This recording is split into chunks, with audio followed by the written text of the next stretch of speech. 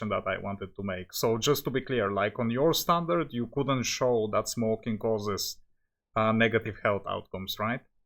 Not using any studies, and especially in the epidemiological field. Correct. If there is like mechanistic data that shows that fruits interact with a cell in a certain way that destroys them, but then we have like modern epidemiology, which shows that consuming fruits leads to like positive health outcomes, you wouldn't believe the modern epidemiology, but you would believe the mechanistic data. Is that what you are saying? Yes. Can I clarify quickly really quick? Yeah. Under your view, does exercise, engaging in light, moderate, intense exercise, does it lower your risk of disease acquisition? I think it can. I also think it can increase your risk of disease acquisition. So. Okay, wait. So it can and it can't. It just sounds like a contradiction. So do you think it does? Generally speaking, as a heuristic, do you think that engaging in exercise is going to improve someone's health? Just generally speaking, no. Okay. Do you think it's going to make it worse? No. Okay, so you're just kind of agnostic then. Well, yes, because it has to be specified what type of exercise, what type of situation. And okay, wait. Let's just say. Wait, somebody else has a question, but I just want to ask this. So, do you think that, like, if an entity, generally speaking, whatever their lifestyle is like, or let's just say somebody's in bad health. Let's just say they start going to the gym 3-4 days a week, and they engage in like light cardiovascular exercise, and they, lift some weights. They do a pretty like decent weightlifting routine in conjunction with a cardiovascular routine. Do you think that it's going to improve their health, make it worse, or you're agnostic?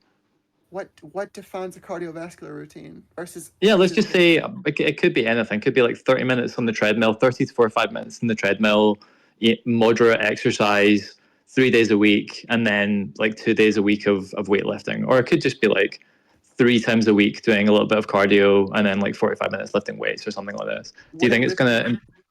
Wouldn't lifting weights also apply as cardiovascular exercise, considering that the cardiovascular... No, well, not really. Well, let's just say aerobic and anaerobic exercise then. Let's just say that they engage in light to moderate aerobic exercise in conjunction with light to moderate anaerobic exercise. Do you think that that's going to make their health... Wait. Do you think that's going to make their health better, worse, or stay the same, or you're agnostic?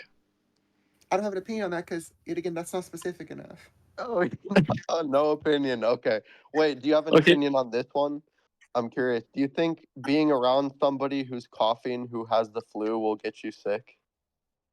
It can. Okay, well, that doesn't meet your epistemic standards. That just seems like a contradiction. What? But anyway, look. Let's just move on. Okay, so engaging in exercise doesn't improve people's health. Okay, I mean, I think that's a reductio in your view already. But let me ask you this. Do you think that doing smoking is... By the way. Oh, well, you did, because everybody just heard you say it a minute ago, so I'm quite satisfied with that. I said it can or it cannot. I said it doesn't. Well, but based upon the parameters that I just set out for you, you said that, I don't think so.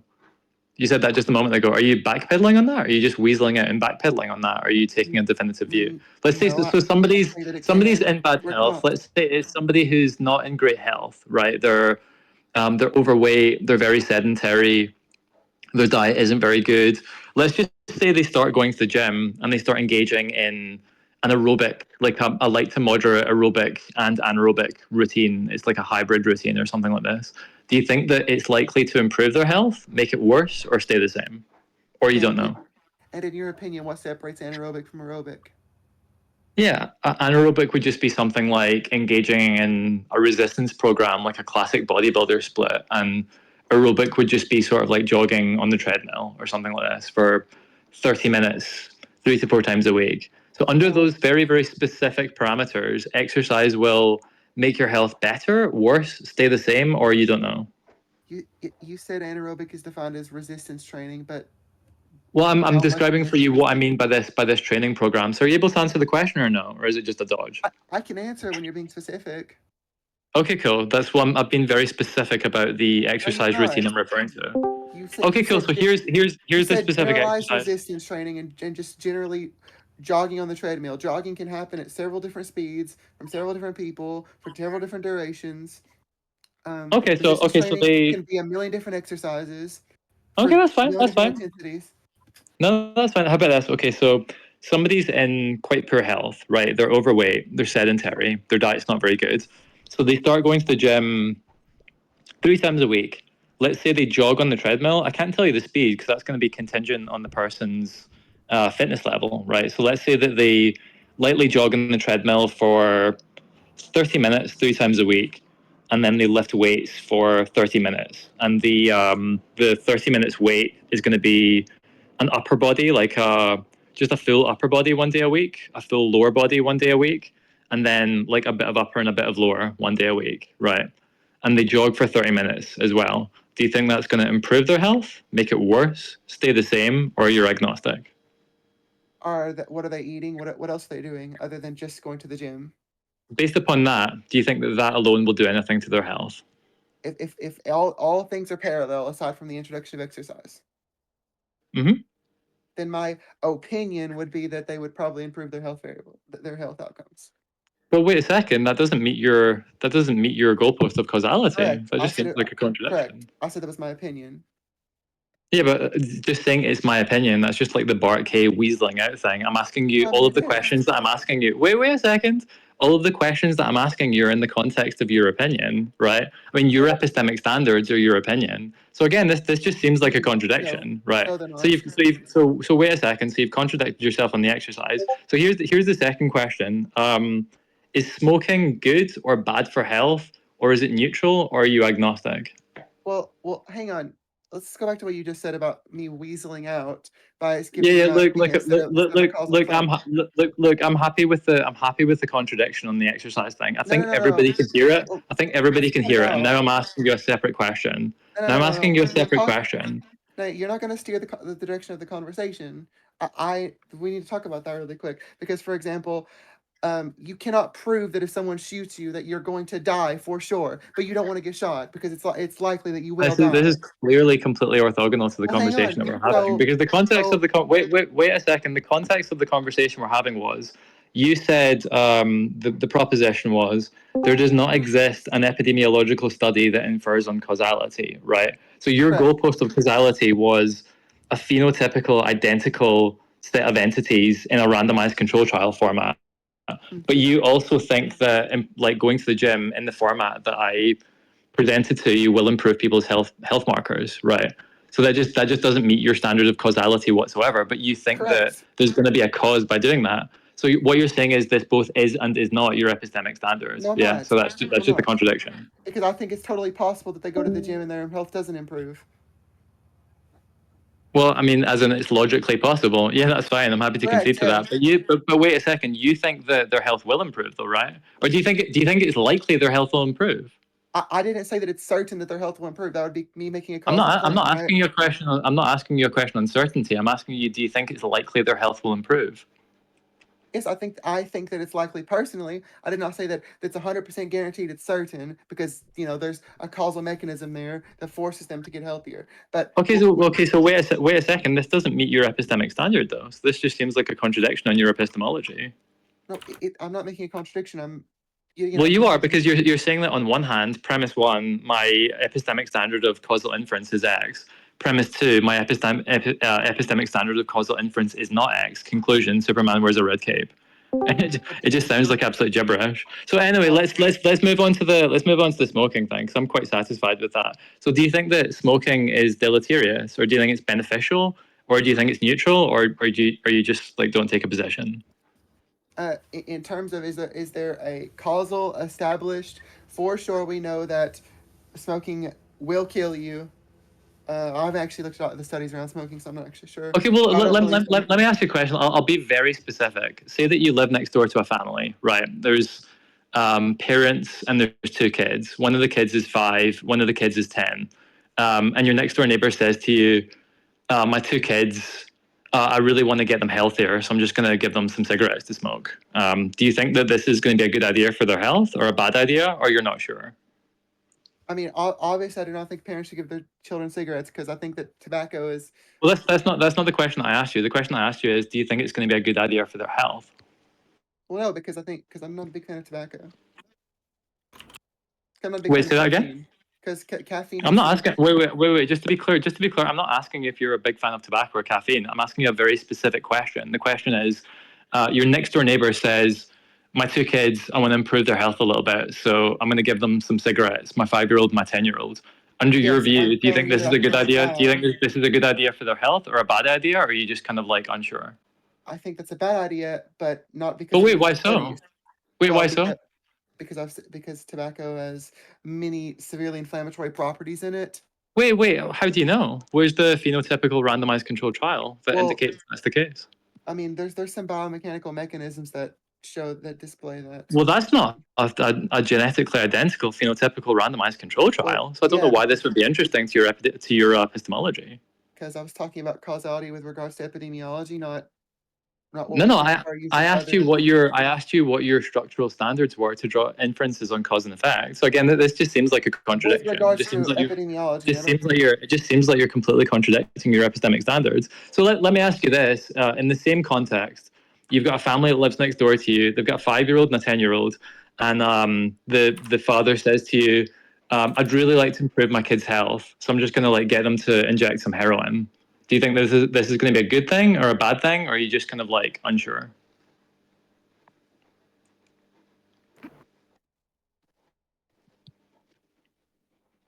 Sorry, I took a phone call. What'd you say? Yeah, so in the same context, obviously we've got a couple of contradictions so far. So let's just say that Well, no. We again, don't. you live next door to this family of individuals, and the father says to you, "Yeah, my 5-year-old, my 10-year-old, I'd really like to improve their health, so I'm just going to like shoot them up with some heroin." Do you think that that's going to be likely good for their health or bad for their health, or are you just kind of like unsure? I'm actually gonna clarify something. You changed the parameter of the argument. You said that I was that I the I'm that not my listen. no, Listen, I'm not really interested in any meta discussion. Please just answer the no no question. no no no no no no. This is actually horribly dishonest on your part. I told you that I was debating whether causality can be inferred with Uh-huh. epidemiology. Yeah, Not and saying never explained that. that there were not other methods to infer causality. I was talking about purely with epidemiology. No, wait a second. I asked you at the top of the conversation, and by the way, listen, just Dan and anybody else that's here. Did he say at the beginning? Did I ask him at the beginning of the conversation, what are your epistemic standards for drawing inferences on cause and effect? And he said a I thought you said phenotypically identical twin study. Did he say that or no? I thought Yeah. you said epidemiological. Absolutely. I thought you said epidemiological standards. Oh, you did. Oh no, you did. So you did say that. So multiple other people. So again, you're just a dishonest Well, weasel. But anyway, that being said, I misunderstood you. Listen, that being said, I think it's quite ironic you're saying that I'm engaging in bad faith because you're just like the most dishonest individual on the planet. But anyway, that being said, On the we've got a planet? contradiction. We've got a What evidence contradiction. you have for that claim? Contradiction on smoking. So the family of individuals that lives next door His to you, opinion. the father's going to say, yeah, it's just his opinion that completely solves it. But the family of individuals that live next door to you, the father's going to shoot his kids up with heroin to improve their health. Is that going to be good or bad, or are you just not sure? Well, yet again, like I said, my epidemiological standards for causality are separate from my. Okay, so do you mind just answering the standards for question? Causality. I believe that there's other ways to infer causality other than epidemiology. Just to clarify. Wait a second. You said that your standards for drawing inferences on cause and effect were With regards to epidemiology and the human nutrition science. with regards to epidemiology. What are you talking Yes. about? What are you talking about? If you want to display causality with epidemiology, there's different. Yeah. PKD. Clarify. Go ahead. Yeah. So I think what's going on here, like he's asking you whether or not the smoking example, right? Let's say like you have like two group of like identical kids, right? Whatever that would mean on your view, like they're identical twins or like cloned, like whatever. And he's giving like smoking to one group of the kids and the other group it like they're non-smokers. All else is like equal, right? Well, So the just to be question clear, is- just to be clear, what I'm asking is, he said he doesn't have any opinion on an exposure's association with an outcome unless it fits this parameter. I was getting there, yeah. I was getting there. So the idea is like, given you have those two groups of kids, given your standard on causality, right? Do you think if I was a skeptic and I were to say something like, well, smoking wouldn't like cause any negative health outcomes to the kids that are smoking, do you think there is a study that you can present to convince me otherwise on your own criteria, which meets your own No, criteria? of course Okay. not. Okay, yeah. I think that was what Carl was trying to ask you, because you were saying what your opinion is, but he was concerned with your standard. That was the clarification that I wanted to make. So just to be clear, like on your standard, you couldn't show that smoking causes negative health outcomes, right? Not using any studies, and especially in the epidemiological field. Correct. Okay, so just to be clear, do you have an opinion on whether smoking is healthy or unhealthy? You're asking if I have an opinion. Yes, of course I have an opinion. Do I know for sure? No. But Okay, so it's what's your opinion? unjustified. But it's unjustified opinion on your own lights, and by that I mean you cannot show evidence for it, right? Well, wait Well, a second. Let's hear what his opinion is, just to begin with. Yeah, so I mean, I have evidence, just not with regards to any studies that show causal outcomes. I'm not interested in any evidence. I'm interested in what your opinion is on the health outcomes associated with smoking cigarettes. So what's your opinion? My opinion on the health outcomes with regards to smoking cigarettes. I do not think smoking cigarettes are good for your health outcomes. Why so? Because well, first of all, if you ever been around a smoker, almost all of them have really destroyed vocal cords. They're also very finicky. They're addicted to it. They cannot function. Like it affects the way you function in life. So, Okay, so basically well, obviously this doesn't fit your epistemic standards, but your additional epistemic standards are just like your No. observations in people based upon raw associations, right? I never claimed those are my standards for causality. I was just claiming that's the Well, yeah, you things I've did. observed that affect my opinion. So, Well, yes, you did. You said that at the beginning of the conversation. But that being said, so you can draw inferences on cause and effect by virtue of kind of like transient observations in people based upon like correlations. Like, so if I, no, of course not. like, Of course not. I was not making that claim. okay, so why do you have that opinion then? Because it's the opinion that I hold, and regarding that. Yeah, but that's not informative at all. That's like me saying, I mean, like I said, why is vanilla your favorite ice cream flavor? Because it's the ice Because it cream tastes flavor good. that is my favorite. That's not saying anything at all substantive. Because it tastes good, but you can't have the right opinion on whether or not vanilla ice cream tastes good. You cannot prove vanilla ice cream tastes good. Right. Okay. So why do you have this opinion on smoking again? Because I've observed smokers and I've seen their lifestyles and I've seen their health outcomes. Okay, so just to be clear, for you to have an opinion, That's not a standard of causality. Just to clarify, I'm not claiming that smoking for sure destroys your life. Oh, but you like to draw kind of like abductive I've also met inferences. smokers who are quite functional too. So. Okay, cool. So to draw kind of like abductive inferences based upon like a higher likelihood of something being harmful or beneficial, it's just based upon like observational, kind of like transient observational metrics, right? Like if I see somebody and they smoke cigarettes and they don't look good, then it makes it more abductively likely that smoking cigarettes are bad for health, right? Yeah, you can deduce that, sure. Okay, so basically, all of the studies on smoking are like uninteresting to you, and they're like. I've not met any. Okay, cool. So what if you saw somebody that was a prolific smoker and they were just in really good health? Would this like reduce the likelihood of smoking being bad for health? I mean, well, one smoker is one smoker, right? If I have 20 smokers in a room, well, let's say I have every smoker on the planet and I looked at them, then you would probably have a better idea of what the general smoker looks like.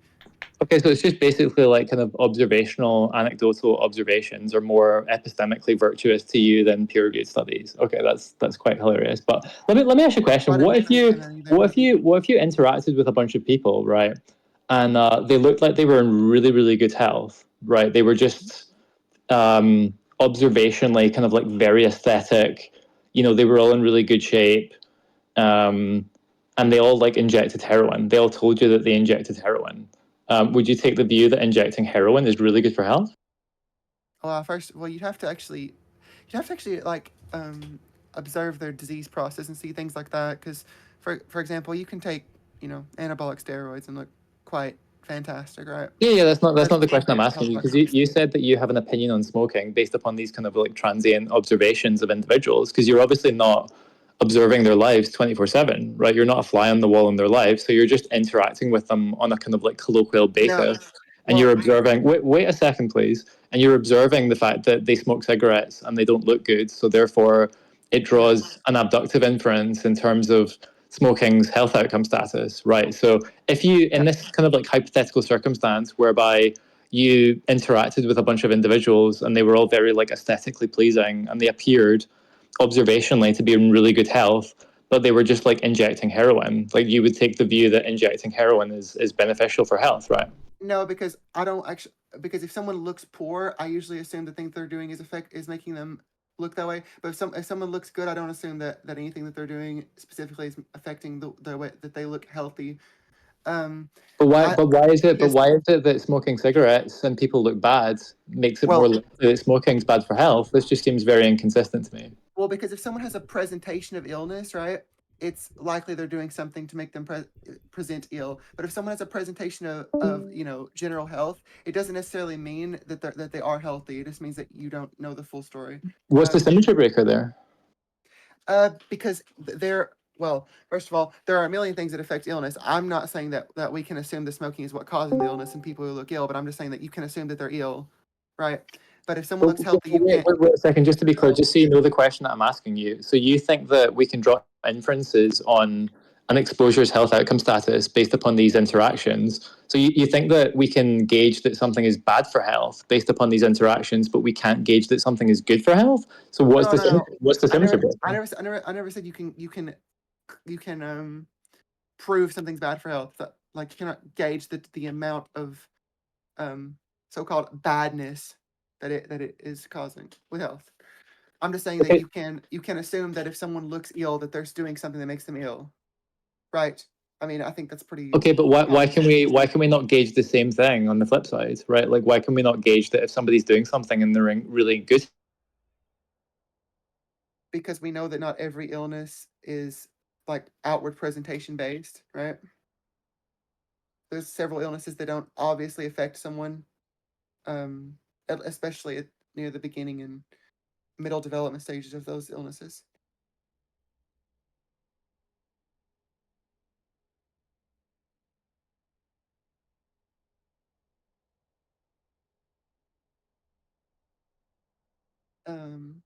Okay. I think he's having a connection issue.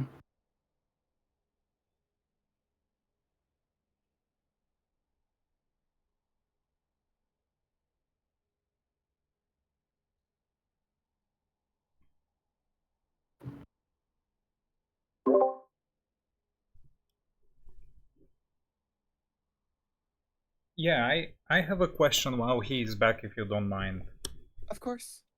So, like, if we took a group of people and like randomized them to some mystery compound X or placebo, and 100% of the people taking compound X immediately died, do you think you would infer causality?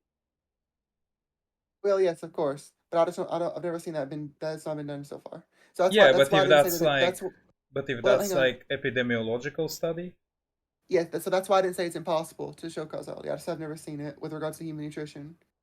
Like, for example, like a lot of the studies you see with human nutrition are just like, we asked them what they ate, and then that they reported this, and then we just assumed this outcome based on like a very small association or no association at all, right? And not to mention they tried to mathematically account for the covariates, right? So oh, so are you saying that like basically the issue with epidemiology is not in the methodology, but rather the results are not significant enough for you to accept? yeah, that's actually a better description of my stance, I suppose. Can you guys hear me again? Yeah. Yeah, we can hear you. Okay, fabulous. So here's the problem that I'm getting from this. You're saying that on one hand, I need a phenotypical, identical, randomized control trial to draw inferences on cause and effect. But then you're saying, like this other type of study that PKD illustrated here would meet your standards. So this just seems like very inconsistent. This just seems like a contradiction. Well, first of all, well, actually, so if we get 100%, if we get 100% of outcomes, I think you can assume causality. I don't think you can necessarily claim causality, but I think that you can assume it. Yeah, like we can get infer it, right? But your proposition was we can't infer causality, and obviously once we probed that, it just cashed out to something completely different. No, Like, well, he made a good clarification. I suppose my problem, I guess, is with the well, it is partially with the methodology, because if you're trying to look for causality in things that don't have like immediate effects on health outcomes, then you do need something that's going to allow for time and allow to eliminate the specific variables that can affect causality. But yeah, if it's something that has like an immediate effect on your health outcomes, then I mean, yeah, it's pretty easy to assume a direct causality. Like if you were to drink a fucking 16-ounce bottle of cyanide and you died immediately, you know, it would be a very quick assumption what's causing that issue, right? right? Okay, so That's it. you're just okay. So Although you can't eliminate the possibility that if you drank a 16-ounce bottle of something and then you died instantly, that the thing in the bottle necessarily caused it. So does that Could mean be. that you cannot prove it to me if I asked you to prove it? On your view? can I just ask one other thing as well? You know how your entire contention with epidemiology was confounders. Like if somebody drinks a bottle of cyanide in front of you, why is it not something that they did like 2 hours ago? Like how can you draw Exactly. inferences? That's what I just said. Okay, but wait, you think that if somebody drinks a 2-ounce bottle of cyanide in front of you and they die, you think that that means cyanide causes death? But there's so many confounders there. That doesn't meet your kind of epistemic standards. No, I said that's a reasonable assumption. I did not say that's certainly what was causing it. I said that it could be potentially a million other things causing that. I'm just saying that it would be a reasonable assumption. For example, if you were a healthcare professional trying to save that person's life, that the thing that they just drank a 16-ounce bottle of might be affecting it. Okay, so in clinical epidemiological studies, when we use multivariate analysis and multivariable adjustment models to kind of like statistically account for all of these external variables, where we can actually isolate the association between like an independent variable and a dependent variable, these are like not interesting to you at all. It's just like No. I see something and that makes it more likely to be the case, right? That's more epistemically virtuous than a study that uses a stringent statistical model to isolate variables, right? No, neither of them are even close to evidence, really. I was just giving you why I had an opinion. I wasn't saying that.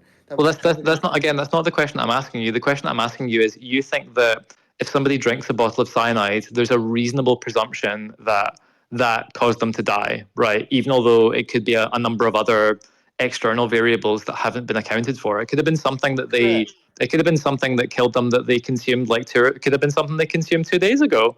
But you think it's a reasonable assumption based upon this observation of the cyanide, but there's all of these other kind of like external confounding variables that could account for it. But then in epidemiology, when all of these variables are adjusted for, right, and essentially accounted for via statistical models, I disagree with very, very like intricate comparisons between study participants, those are less epistemically virtuous to you than just some like transient observation. Well, for example, the reason that it's a reasonable assumption if someone drinks a 16-ounce bottle of whatever and then they die within 30 minutes, well, it's very obvious why it's a reasonable assumption. But also, if you were to, but also, I'm not saying that's what's causing it. So that's why it shouldn't be to you. It shouldn't be to you. Hang on. So that's why, yes, you can assume that, but you should look for the cause of death. You should try to figure out what was causing it so we can prevent that in the future, right? So you shouldn't just say, oh, well, they just died and whatever's in this bottle is definitely going to kill you. Okay, so wait, just to be clear, until the post-mortem, until the cause of death's been established, you wouldn't be able to tell whether it was the cyanide? Correct, you wouldn't actually know. Okay, so somebody drinks a 16-ounce bottle of cyanide in front of you, and until the post-mortem's been done, you're not sure whether it's the cyanide? Well, we know currently that it's cyanide because we understand that cyanide kills you. But wait, how do we understand that? We don't have any like phenotypical identical randomized control trials on that. Because we have mechanisms for that. Oh, mechanisms? What do you mean by mechanisms?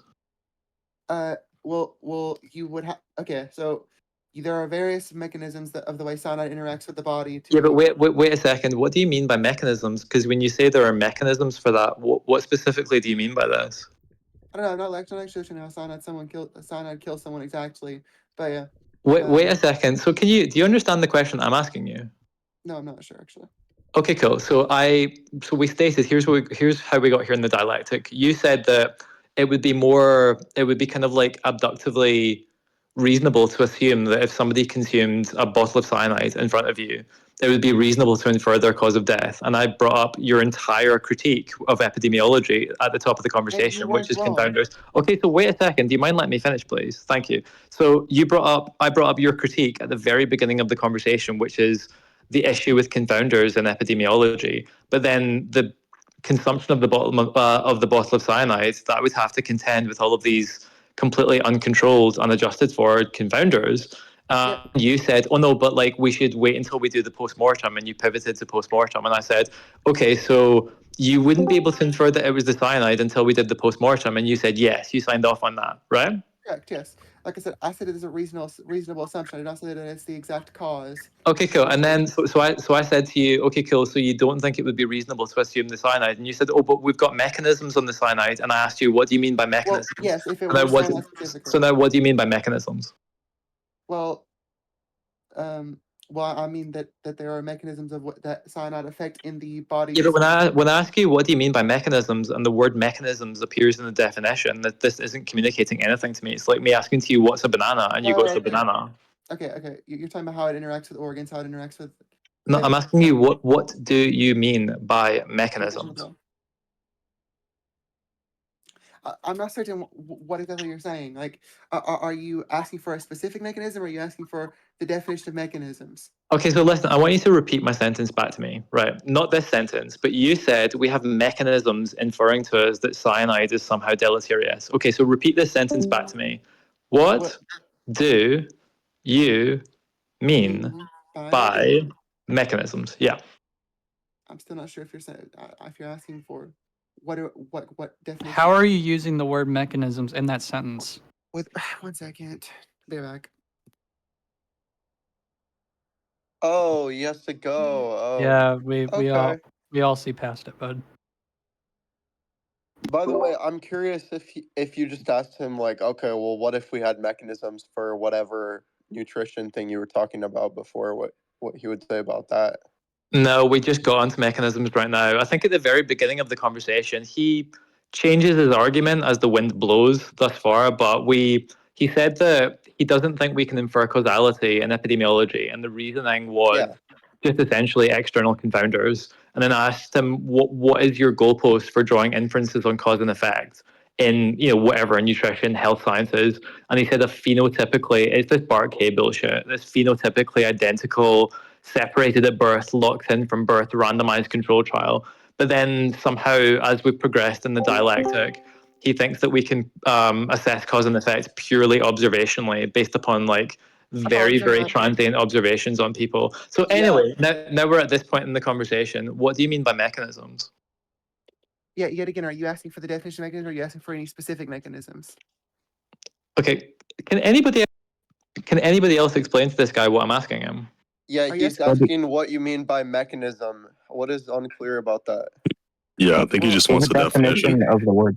Okay. So you don't need a definition, by the way. It could just be conveying the concept. Yeah, just give me a general understanding of what you mean by mechanisms. Because if this is pivotal to your epistemic standards, I'd like to know what you mean. The way the so-called chemical cyanide interacts with various organs, tissues, we can say. And how do we know that? Because it can be observed. How can it be observed? Or it can be tested for, but how can it be tested for? If you're talking about with cyanide, I've not read the specific studies on how to. Well, wait a second. You said that we've got mechanisms in cyanide. Yes. What mechanisms do we have? Because you're saying that we can somehow test or observe the way that these interact with human organs and human physiology. And what would that look like? Well, cyanide restricts oxygen access to the mitochondria, if I remember correctly. Yeah, So, this isn't what I'm asking you. What I'm asking you is, you said that we have mechanistic data on this, and by mechanistic data you mean we can observe it in the way that it interacts with human organs. So how do you do this? Okay, I don't know. I've not read the specific study on this. I can So give you an example. I can give you an what is it example. you mean by we have mechanisms for cyanide then? What the fuck are you talking about?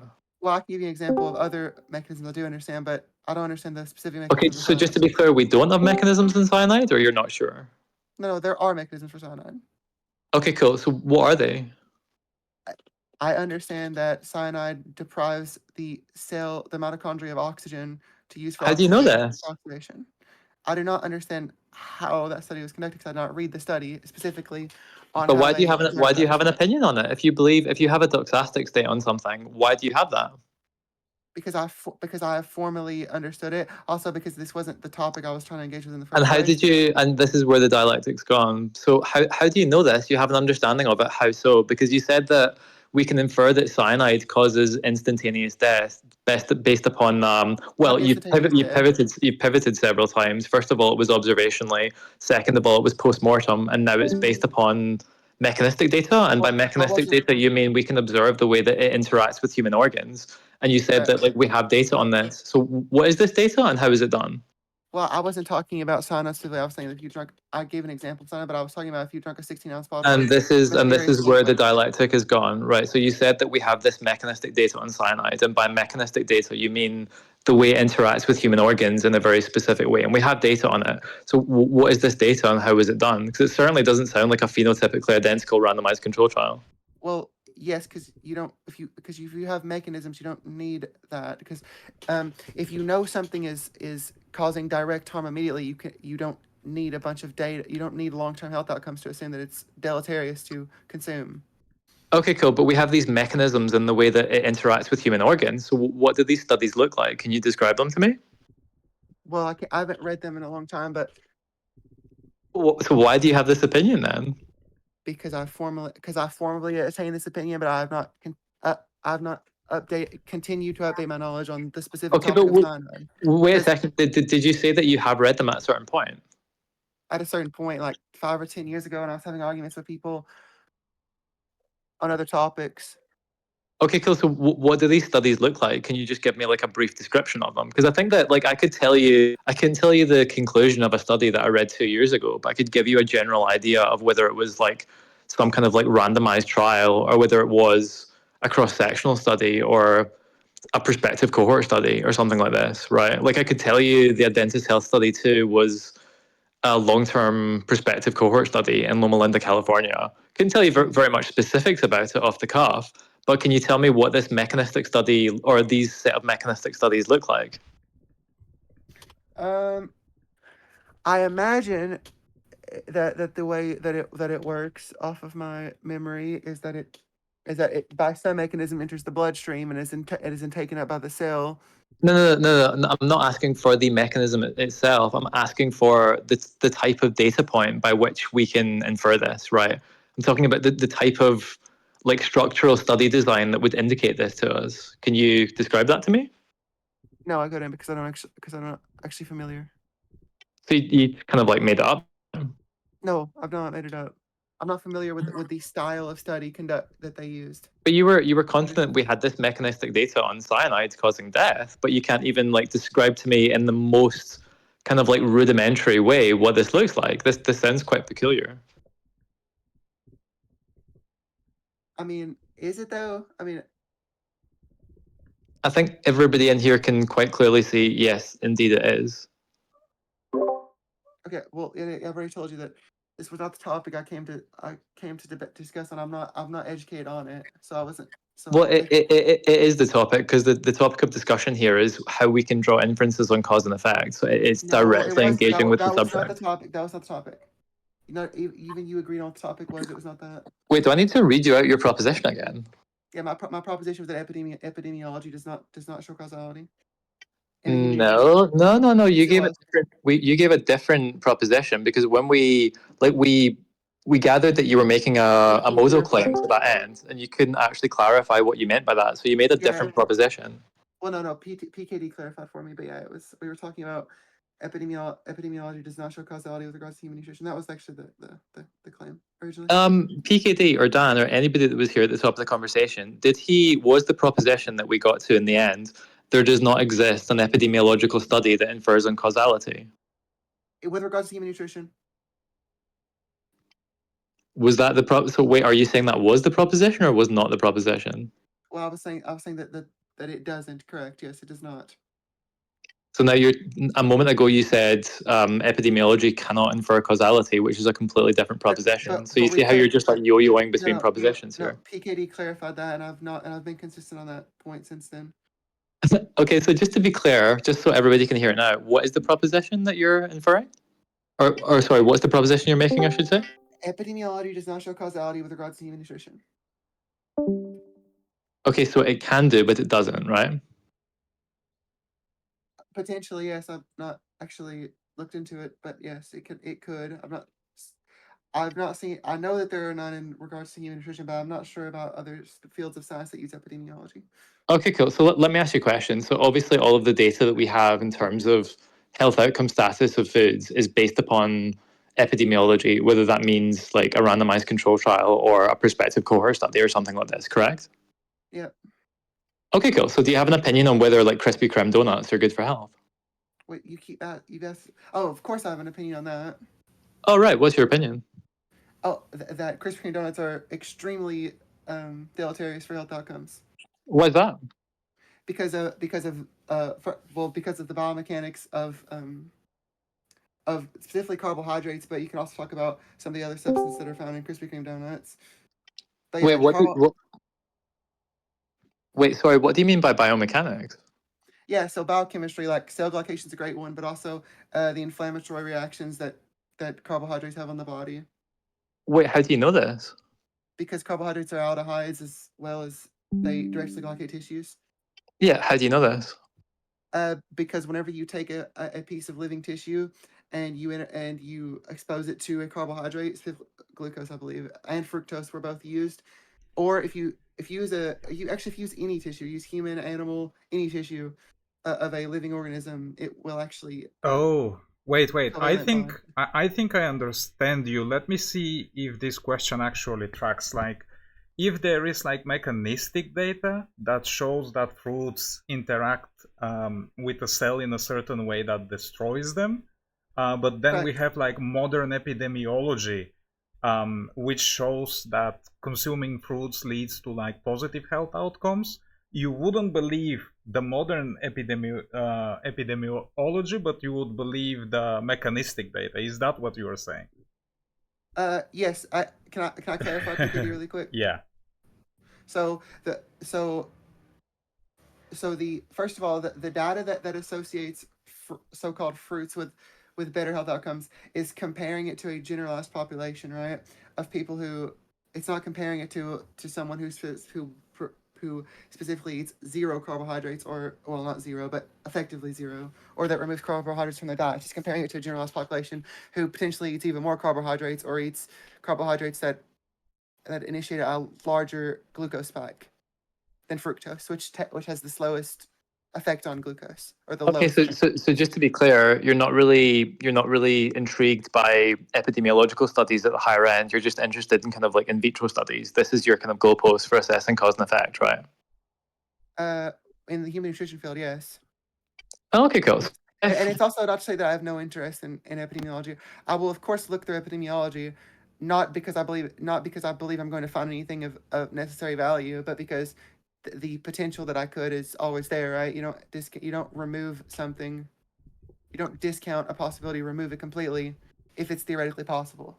Okay, cool. So what if we expose some human cells to a Krispy Kreme donut or the components of a Krispy Kreme donut, and it resulted quite favorably, but we have all of this observational data, all of this like higher end observational data that indicates to us there's kind of like a dose response relationship with, consuming Krispy Kreme donuts at a certain quintile of intake just leads to deleterious health outcomes, right? And we have all of this higher level data, but we expose a Krispy Kreme data to some human a Krispy Kreme donut to some human cells, and it interacts with it quite favorably. Like, you would then take the view that a Krispy Kreme donut is really good for health then, right? Yeah, I mean, if we observed that a Krispy Kreme donut was doing some magical thing, yes, of course. And by magical, I just mean if it was doing something it currently won't do. Okay, yeah. So just to be clear, so that's a yes then, right? Yes, if we were observing a Krispy Kreme donut was having positive health outcomes when it was interacted with human tissue, then yes, I would of course take the stance.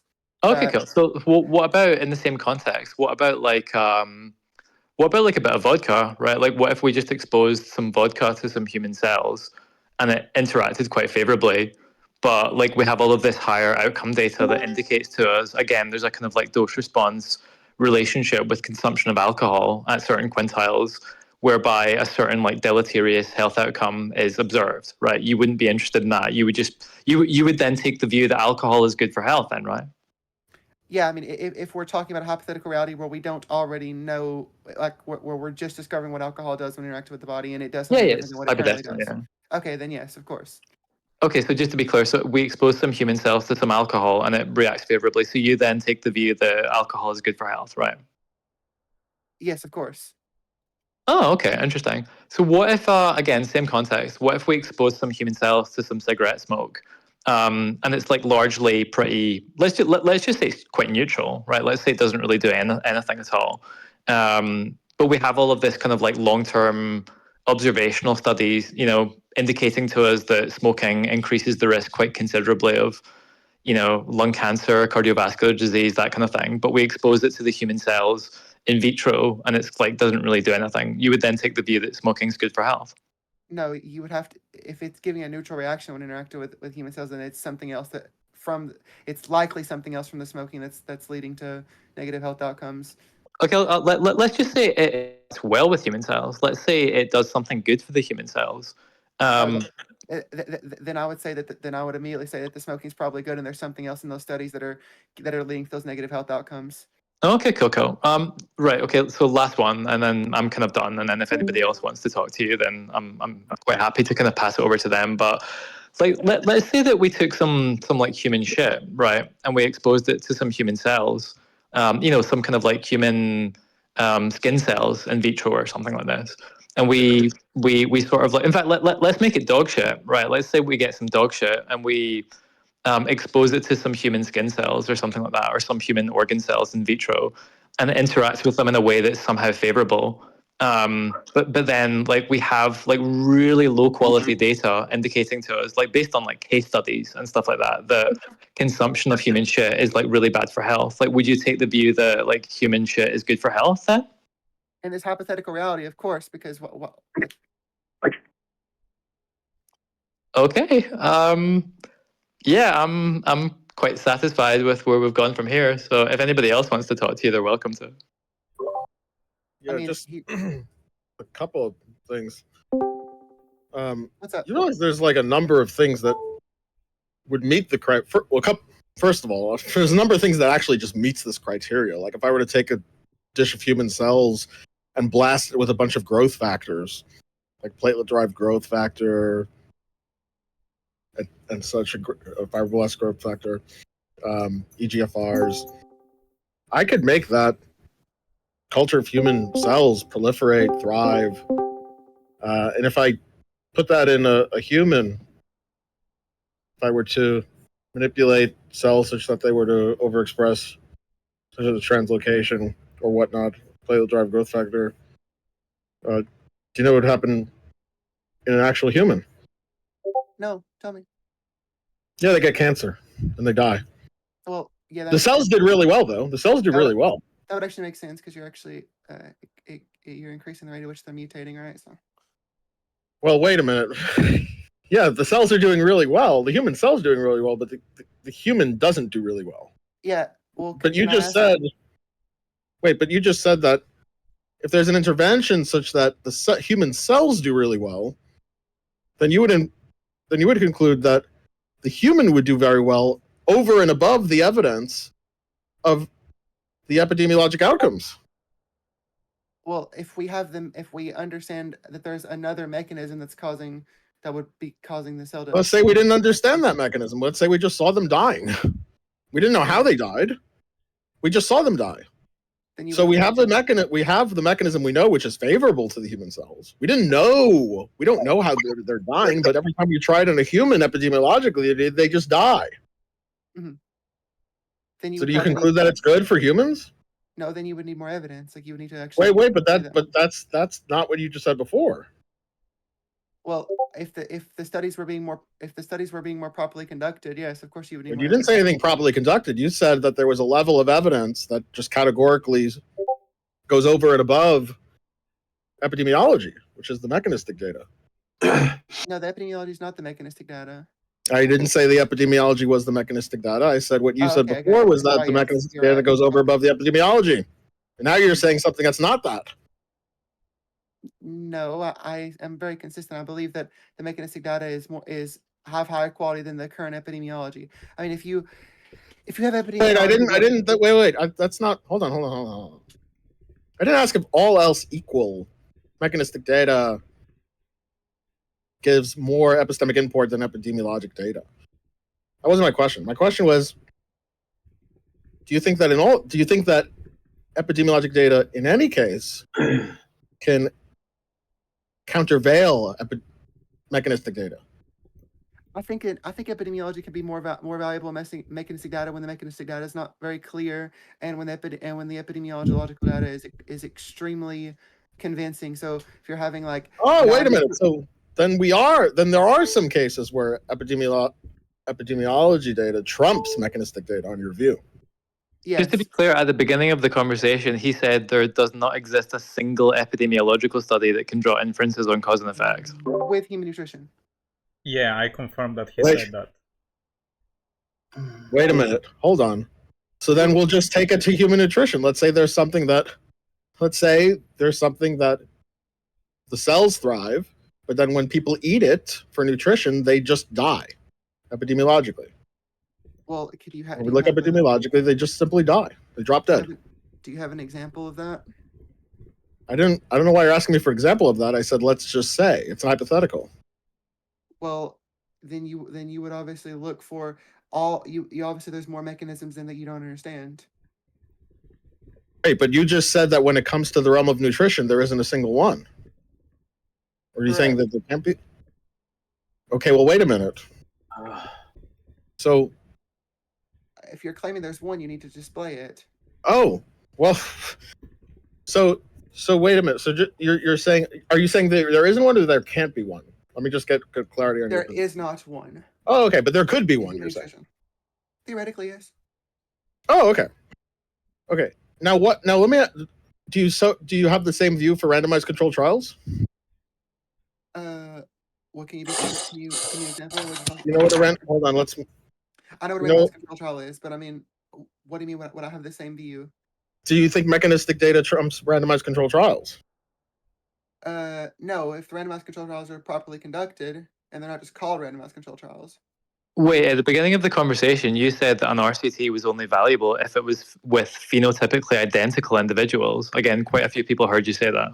Yes, like that's what I mean when I say properly conducted.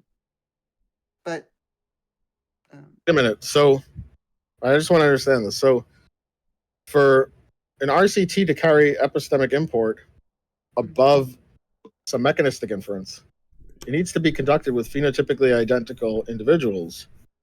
Yeah. Do you think that do you have that same standard for the mechanistic data? So like if they were doing human cells, does that need to be a phenotypically identical human cell to the human cell that's being the cells that are being extrapolated to in individuals? Well, I think it needs to be done on multiple human cells, not just Wait, you're not answering my question. And can we mute the people who are coming in? I'm just asking if you hold whatever phenotypic standard, the restriction you hold for it to carry epistemic weight, do you hold the same thing for mechanistic data, or is this just the thing you hold for randomized controlled trials? Oh, hang on, let me think. Just think for a second. I'm just see if there's anything wrong with that.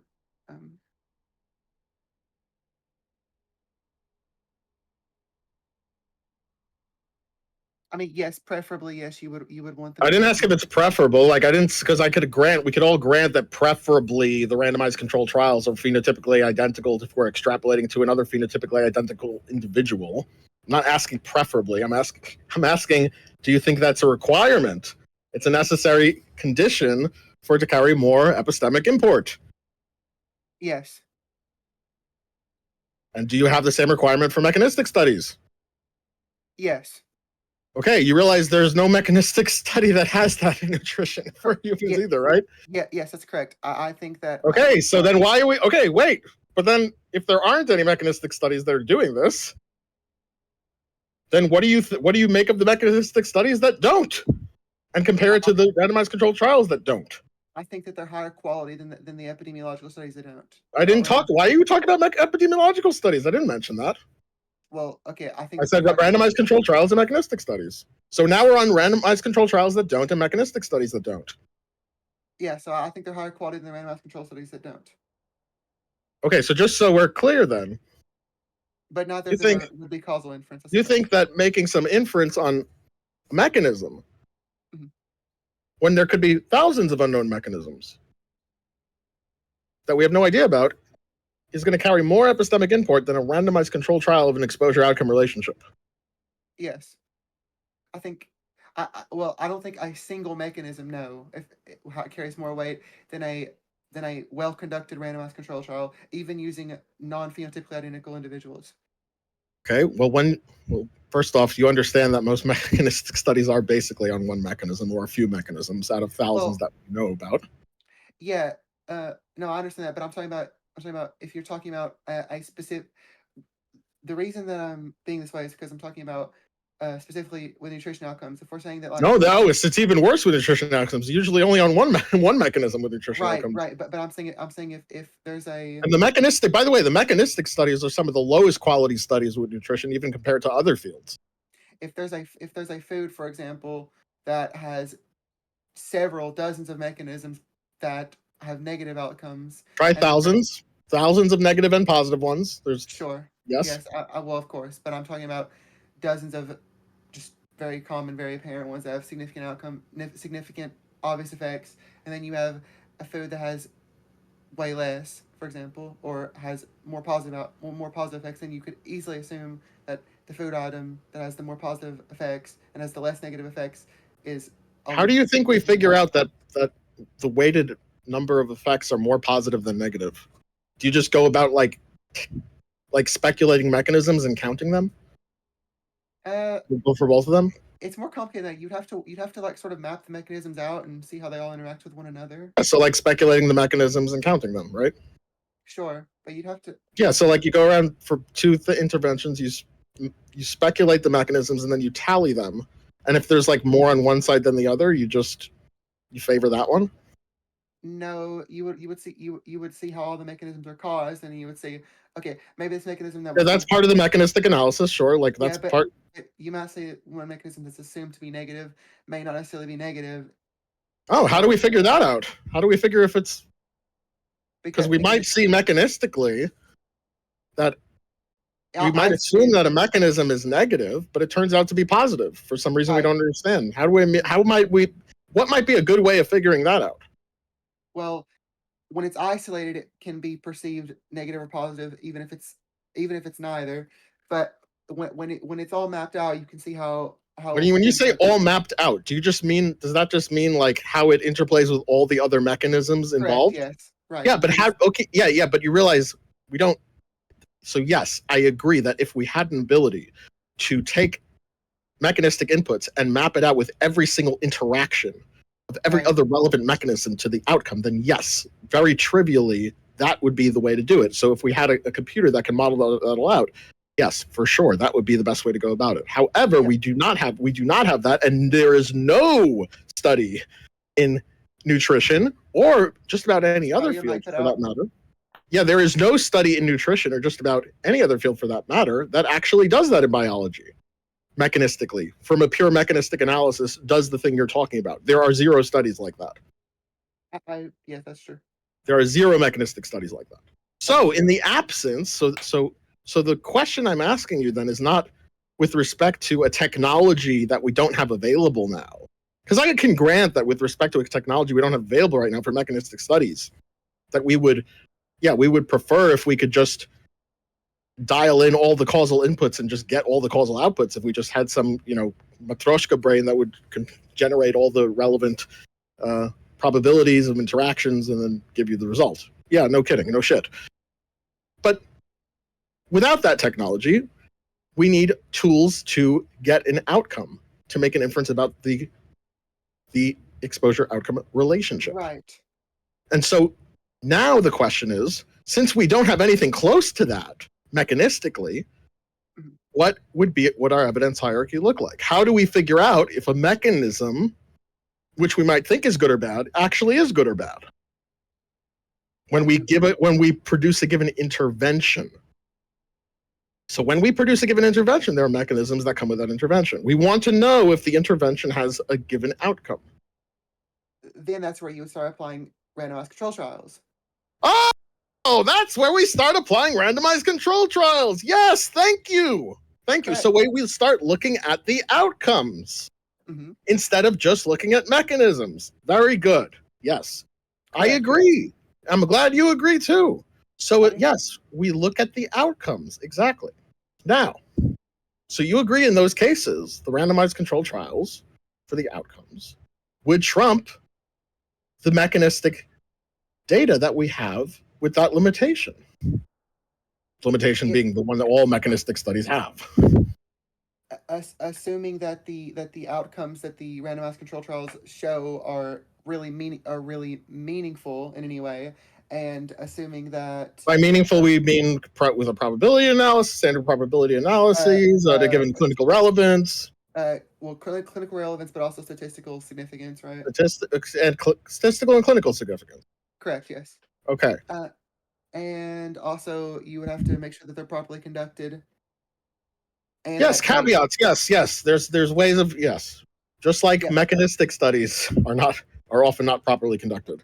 That's true as well. Sure. So okay, fine. Now then we've done that. What about all things equal, properly conducted epidemiology studies? Well, can you give an example of a properly conducted epidemiological study? Sure.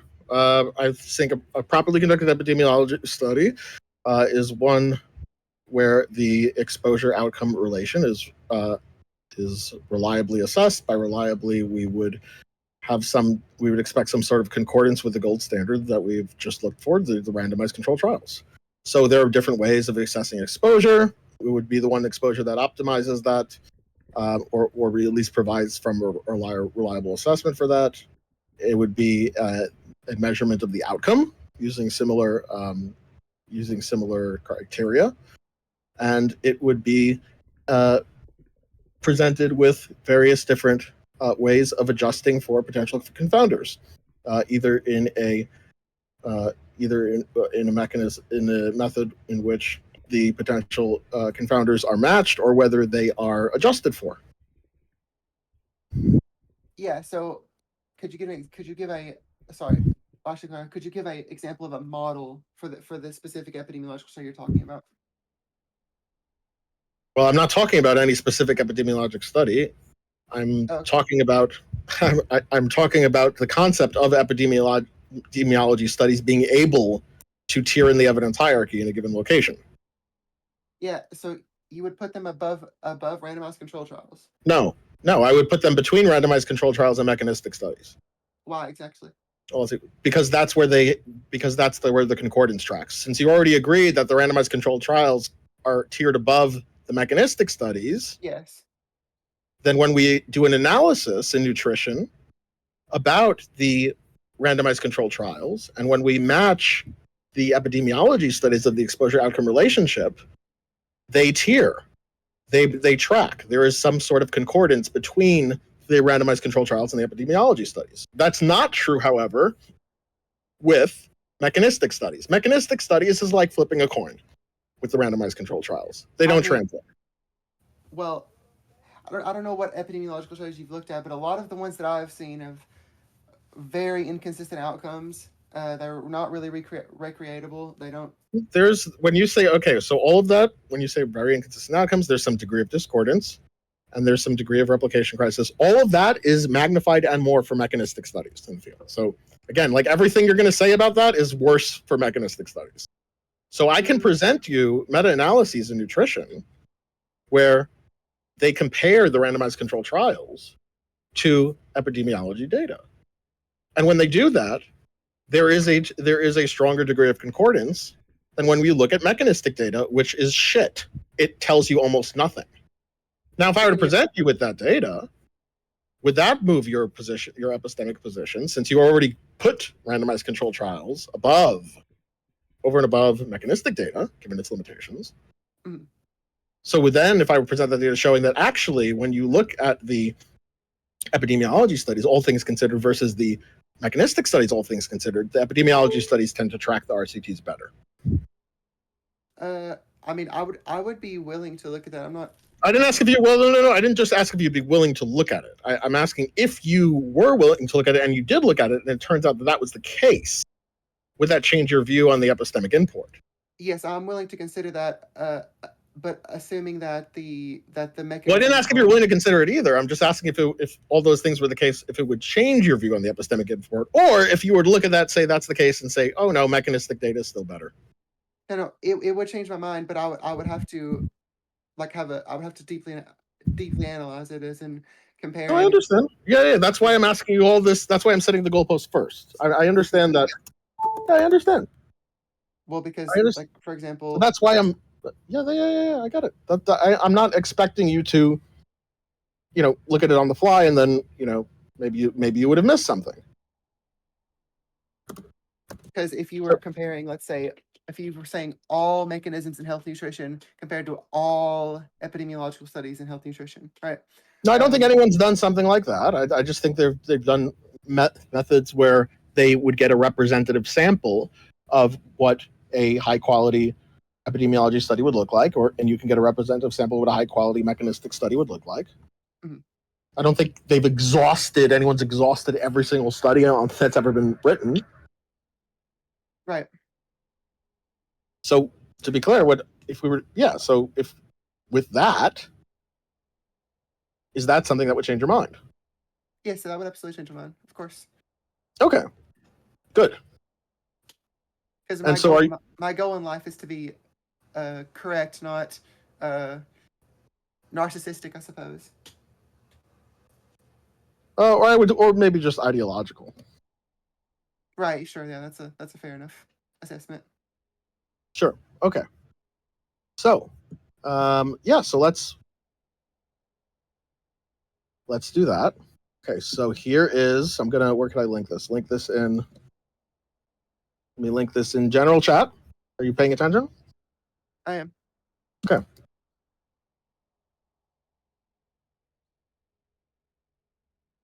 Yeah. There's that. In fact, so the point I linked you a paper, the bottom line here, and I'll give you can read this on your own time. In fact, estimates of nutritional RCTs and cohort studies were generally similar when matched based on population, intervention, exposure comparator, and outcome, essentially the PICO characteristics. Mm-hmm. This provides epistemic weight, and the point that I'm making is that provides epistemic weight to observational, i.e. epidemiologic data when it's appropriately classified, meaning when you do a like-to-like comparison between the epidemiology and the randomized control trials. And by contrast, the lost in translation paper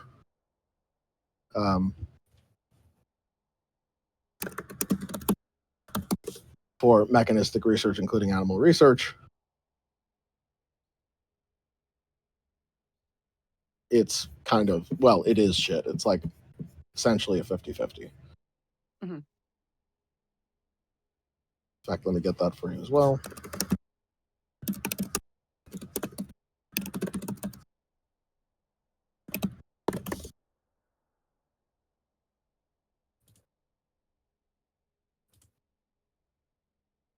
Okay, I'm going to bookmark. There are several papers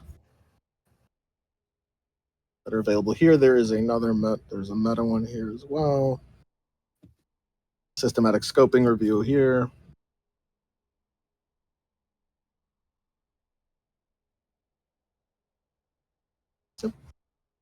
So I will let you look at those. I've actually already seen this second one you linked to.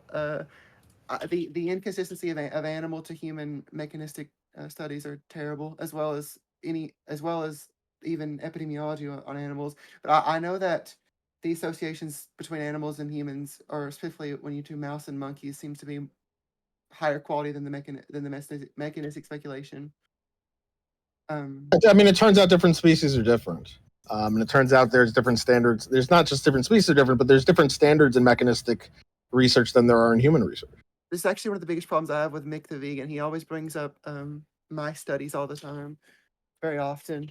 Isn't it annoying when you know you're seeing your opponent like bring up some shit mechanistic study and think they've got the answer, and then they've figured out health? Yes, but yes. Yeah, isn't that fucking annoying? A lot. Yes, Paladin does this a lot too. Imagine how it sounds like when you do that. Well, I mean, I try to use mechanisms I find to be consistent with what is observed in. Imagine if Mike started saying that right now. Mick the Vegan started saying, "Well, I try to find mechanistic studies consistent with what I've observed." I mean, you'd still be pretty cringed out at him, right? Sure, I understand, but I don't feel like the data follows any of the mechanisms he uses. Actually. Oh, so now we're relying on the outcome-based data, right? Well, I mean, I'm just saying that. Also, there it is. Also, don't. Also, there it is. Well, I also don't think common sense applies to any of the. Wait, but what common sense? Wait, no, you were so close. What is the common sense? Oh, we were so close. Well, I'm talking about common sense when you evaluate all the factors. That's counting for epidemiology, randomized control trials, plus mechanistic speculation. Oh, by common sense, you just mean subsuming the tiers of the evidence hierarchy. That's a good save. That's a good way of saving it. I'll give you the off ramp. I'll give you the way to save it. By common sense, I just mean looking at all the levels of the evidence hierarchy, randomized control trials, epidemiology data, and see if they concord with the mechanistic data. Is that what you meant to say? Yes. Oh, okay, that's a good save. Okay. That's what common sense. Woo! That's close. All right. I always thought common sense was a. Well, hang on. I don't know if I misuse that word. I always thought common sense was whenever you say what. Well, when people say common sense, sometimes they just mean as if they have some ability to just say something is like common sense. It's obvious that this will be better than that. Oh, I thought common sense was whenever you have all the information in front of you, and then you just what would a common person think? What would be just the first impulsive thought, right? That's what I thought common sense was. Well, I don't. Okay, wow. There's a lot of different understandings, but just to try to shift it to something that would be a steel man here, something that would tier across the evidence hierarchy. So something that would explain the results of all levels of the evidence hierarchy. That would be a theory that is quite parsimonious. It would have that virtue. It would explain a lot of different observations with just one explanation. Right, so that it wouldn't just explain the RCTs, it would explain the epidemiology, and it would also explain the mechanistic data. That would be a very parsimonious theory. Oh, okay, now it worked. At first, it was like, there's not enough time in this time slot you picked. I'm like, Well, it seems like someone's begging for your time now. Who? Or someone else. Oh, never mind. Okay. Well, anyway, yeah. So I will let you read up on those studies, and I think you will find that if you do a like-to-like comparison, that the observational data does track better to RCTs than mechanistic data. And I don't think this is a very surprising thing either, because I think... Yeah, go ahead. Yeah, well, my original point coming in this conversation was that epidemiology doesn't. Well, okay. First of all, I said it can't, but I meant to say doesn't. I was supposed misusing the words, but my original point was that epidemiology doesn't infer causality, at least in the current. No, but wait. I don't know what you mean by you say epidemiology doesn't infer causality. One certainly can make valid causal inferences from epidemiologic data. I mean that is very much the case. Well, I was referring to human nutrition. Yeah, no, I am too. With human nutrition, one absolutely can make causal inferences with epidemiologic data, and everything I said about tiering and tracking RCTs applies to human nutrition. And in fact, the paper I sent you about that was on human nutrition. I see. Yes.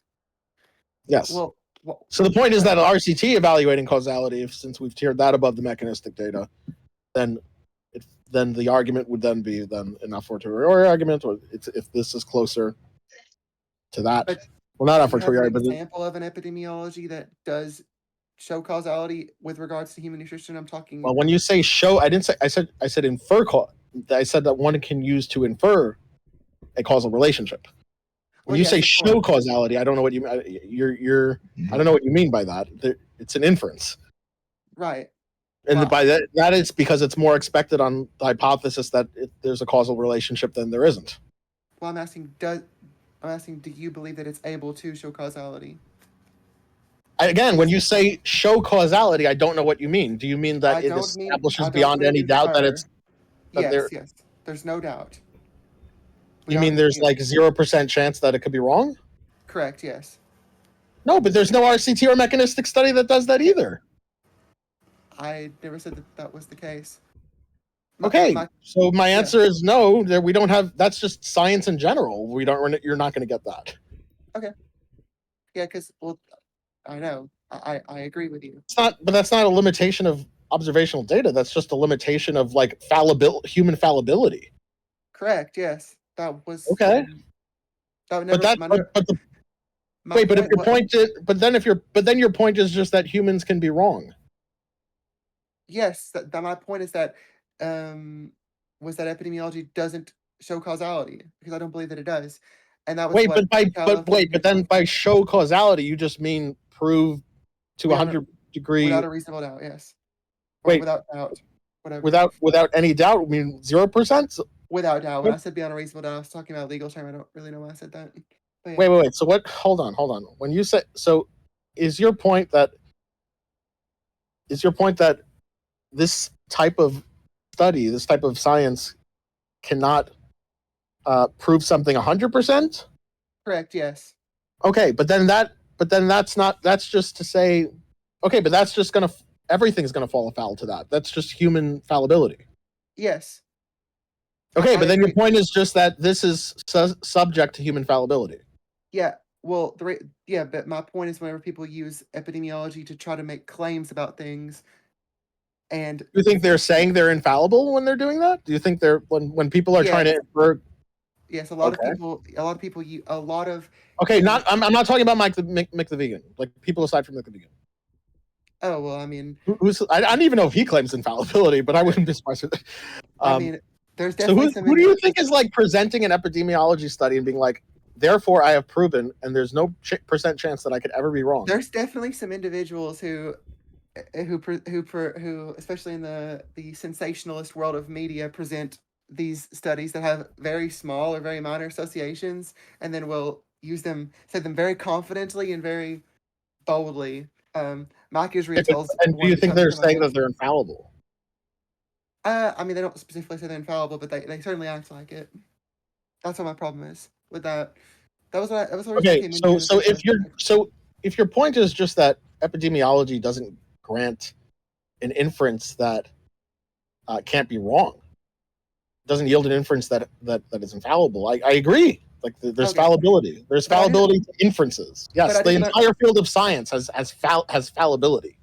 But I do appreciate your correction on hierarchy of data. I'm not saying I was wrong about that because I haven't looked into it, but I will look into it and see if I was wrong about that. But I want you to appreciate the point that when you say that, like, so when you come off and saying epidemiology has this problem, and then it's essentially a problem that every field within science is going to have.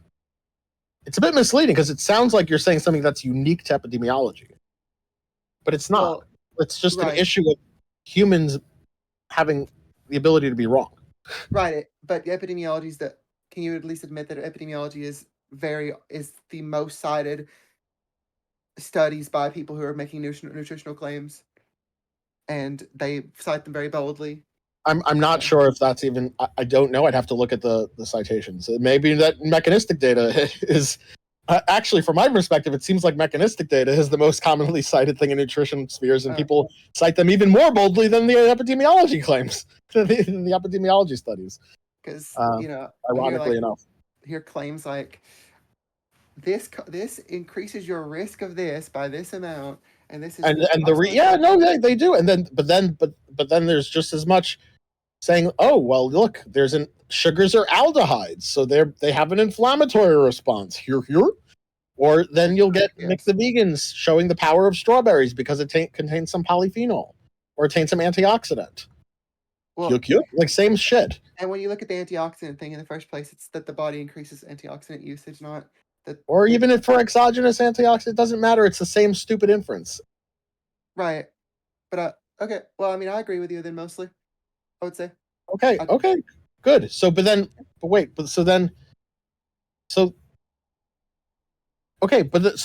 you don't have an issue with epidemiology specifically beyond that, beyond like fallibility. Correct. Yes. I mean, I think that the majority of current forms of data collection are pretty reasonable. I mean, you can't pretty reasonable for what we're allowed to do with regards to ethics, right? So. Okay. So. All right. So then, if you go through that data, and then if it is as if I said it was, then you'll be convinced and switch your evidence hierarchy tiering. Correct. Yes, I will. Okay, great. Go through the data.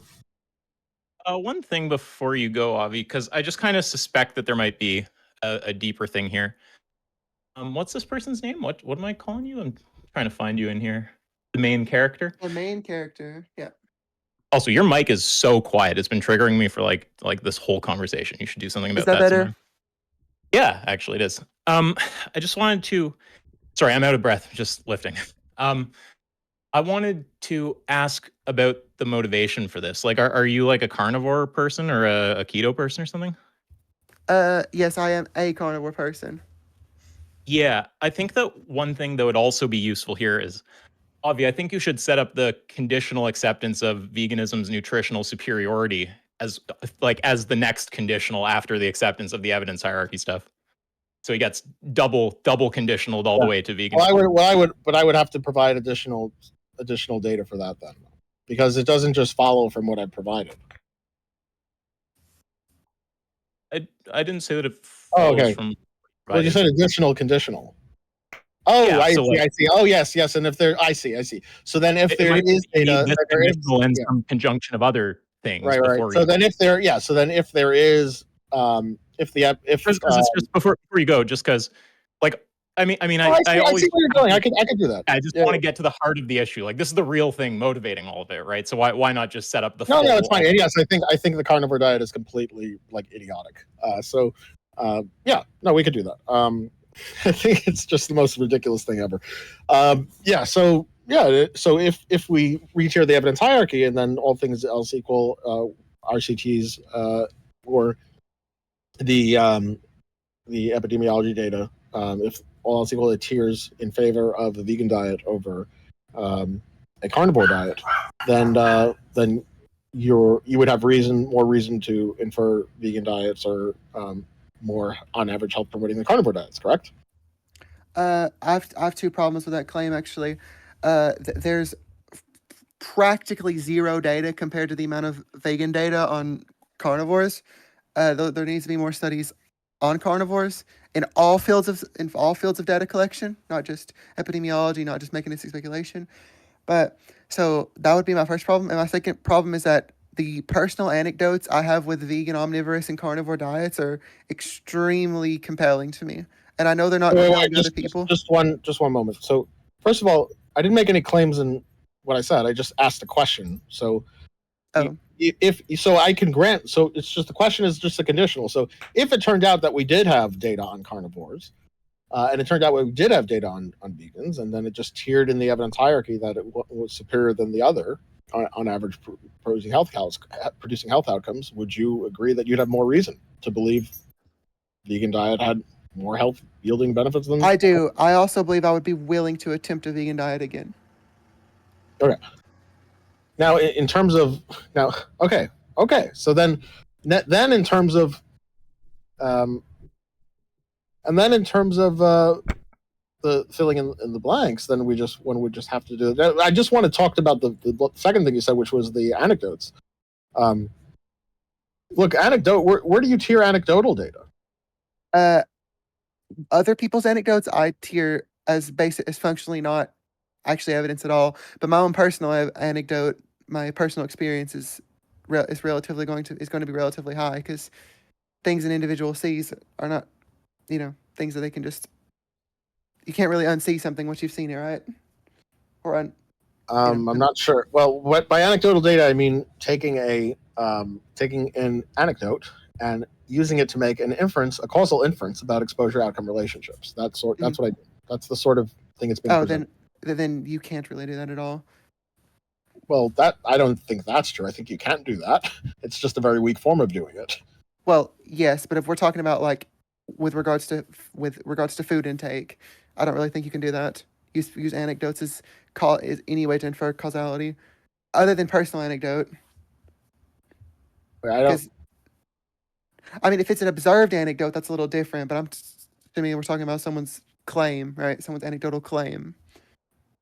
Yeah. So anecdotes provide some degree of evidence. It's a very weak degree of evidence. Well, if they're observed, I don't think they provide really any evidence. Sure. Yeah, you're observing an n equals 1 type of observation where there's one subject to be you, and that provides some degree of evidence for a causal exposure outcome relationship. It's just okay. Yes. If it's observed, yes. Yes, if it's observed. That's what when I say anecdotal evidence, I don't mean like evidence that's not observed. Okay. Then yes, I would agree. I mean evidence that's observed. It's just of the anecdotal sort. Okay, then I agree. Okay. So, but that would take a back seat to stronger forms of data, surely. And then there's limitations on personal anecdotes. Like, for example, personal anecdotes may be very strong and appropriate for quick exposure outcome relationships. So, for example, an allergic reaction. If I eat nuts and I'm allergic to nuts, the anecdotal experience of me eating nuts and then very rapidly going into shock, and then having that happen every time I do it, and not having it happen anytime I don't do it, it's anecdotal evidence, but it's a strong form of evidence in that context. However, when it comes to long diseases with long build-up time, like cardiovascular disease, anecdotal experience is very, very poor. Correct. Yes. Yes. So it's really the type of it's really the sort of diseases that kill most people that anecdotes are going to be very poor forms of evidence. Correct. That's correct. Yes. Yes, and they're going to take a backseat to the epidemiology. Yes. Okay. Good. So then we dial that. So we dial all of that in. Even if you're relying on anecdotes, it's going to take a backseat to the epidemiology. Yes, with regards to disease process, yes. Yeah, even in nutrition. Mm-hmm. Okay, good. Is there anything else anyone wants to say? Well, I'm glad that you're at least open to evaluating the evidence hierarchy and looking and reconsidering your views on the evidence hierarchy, because a lot of people will just dig their heels in the sand and they'll insist that some chalk on the board speculation of mechanisms, because a sugar is an aldehyde or something. By the way, not all sugars are aldehydes. Some are ketones, by the way. Fructose is a ketone. Yeah. Some are just making sure. But that doesn't matter. I mean, some ketones are worse than aldehydes, some aldehydes are worse than ketones. It's like the mechanistic inference doesn't follow. But anyway, yeah. So, yeah, I hope you do read those studies, and I hope you reevaluate your evidence hierarchy. And then once you have an evidence hierarchy in sort, then we could begin to talk the same sort of language that standard evaluators of evidence talk. Okay, but what would your answer be to the fact that there's really no data on carnivores? Well, I don't think there's no data on carnivores. Or compared to vegans. I think there isn't very good data. No, I think there isn't as robust data on carnivores as there are vegans. And there's easy explanations for that. It's just vegans are easier to study than carnivores. There's more vegans than there are carnivores. The reason there's vegans that last longer is even with the recidivism rate of vegans than the carnivores.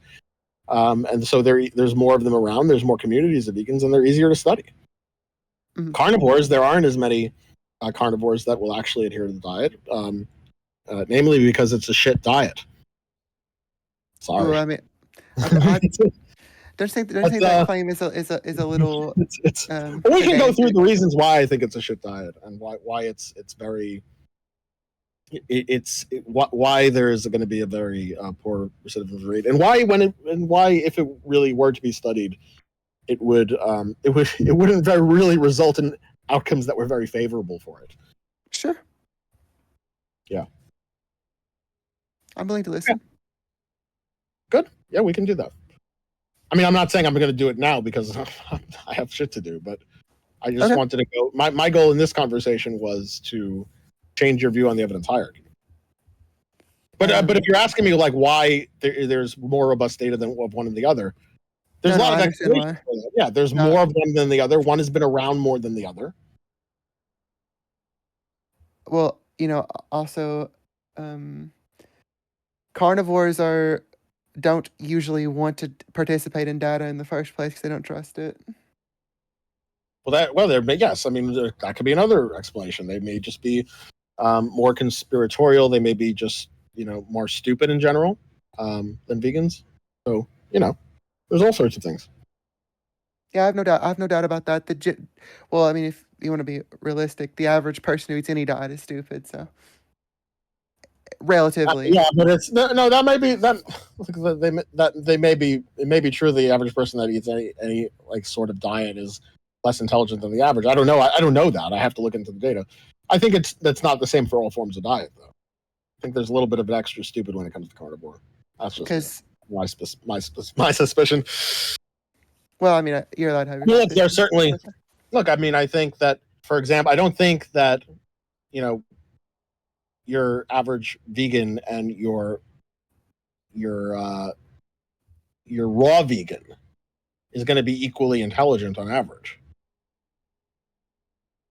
Well, no, because I don't think your average of any separate parties are going to be equally intelligent. I mean, maybe. Well, no, I think there's going to be one that's going to be a lot dumber than the other. Sure. And so the same thing is it's like so okay, so there are certain diets in particular that really stupid people crowd to. So do you advocate for supplementation on a vegan diet or not? Of course. Of course I do. Why would I not?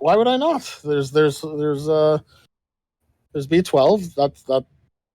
that you should absolutely supplement with. Bare minimum. Why would I not advocate for supplementation? I don't know. It just seems counterintuitive to a healthy diet to have counterintuitive. Seems very intuitive to a healthy diet. Why would I not supplement things that that may be lacking in a diet? Look, I would advocate supplementation in almost any diet. I mean, almost any diet is going to have some cracks, unless you like really just engineer it like very OCD. You're almost always going to have some cracks that could be helped with supplementation. At least sometimes. Why would why is it counterintuitive to cover your cracks? Well, because generally, well, actually, I don't believe there's any other organism that supplements. I mean, how are those other organisms doing right now? For them. How do you think those other organisms are doing? Well, I mean, humans were on the path we're on before we started supplementing, to be fair. How do you think those humans lived before we started supplementing? Well, I mean, most of them died of things that weren't necessarily related to health. I mean, some of them died of cardiovascular disease. A lot of them died actually of things because of lack of supplementation. If we're talking about ancient societies, yes, they died of cardiovascular disease very often. But I'm talking about there's a lot of people who died due to lack of supplementation. Like spinal issues, lack of folate supplementation, failure of closure of the neural cord, neural tube failure defects. I'm not familiar with those instances. Okay, so before there was mass folate supplementation, there were a lot of neural tube defects. I would say And there's then- mass folate I didn't say supplementation. there is mass folate supplementation, by the way, right now. Is it in fortified? Are you referring to fortified foods? Yeah, like bread has Oh, folate. okay. Well, like anything, like the most basic stuff is fortified with folate. Okay, I This was. is something that societies have just like mass implemented. I see. Yeah, people weren't doing so well before that. Oh, okay. Well, I mean, yeah, yeah, I wasn't doing too well before either. So cover your cracks. what supplements do you recommend in a carnivore diet then? Oh, Well, actually, I should I clarify. would on a carnivore recommend you diet. drop that shit and supplement with plants, my friends. Fruits and vegetables. Well, I shouldn't. Oh man, clarify like the carnivore rest of the entire food pyramid. That's a good answer. The rest of- 'cause- food. Well, then why do you believe it is that uh leaving a vegan diet previously and being 2 years How on the about carnivore? phylloquinone for start? Well, yeah, but so I've been on a carnivore diet for 2 years. I was previously a vegan for about 8 months. But my health has only improved since then. How would you Thing explain right there. that? When you say your health has only improved, how do you know that? Do you know what do you how do you know what's gonna what the long term health outcomes are going to be? Where the things that anecdotes themselves are the worst at. You're right. I don't necessarily know that. Correct. Yes. I didn't say even necessarily know. How are you making a very good? How are you even making a strong inference of the outcomes of the main outcomes that kill people, for which anecdotal evidence, even if observed by you, are going to be very weak at? But I'm just referring to my energy levels, my observable disorders. Okay, so then you're talking about different outcomes.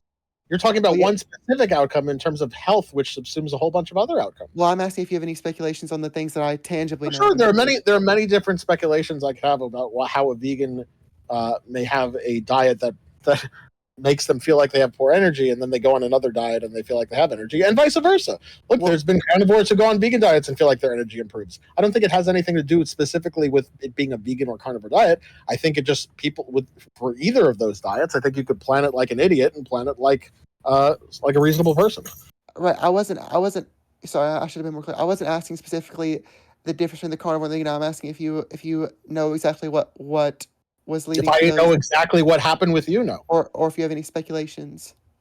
I would have to ask you more specific questions personal to you to have any reasonable speculations. I don't know what happened with you. I don't know your story.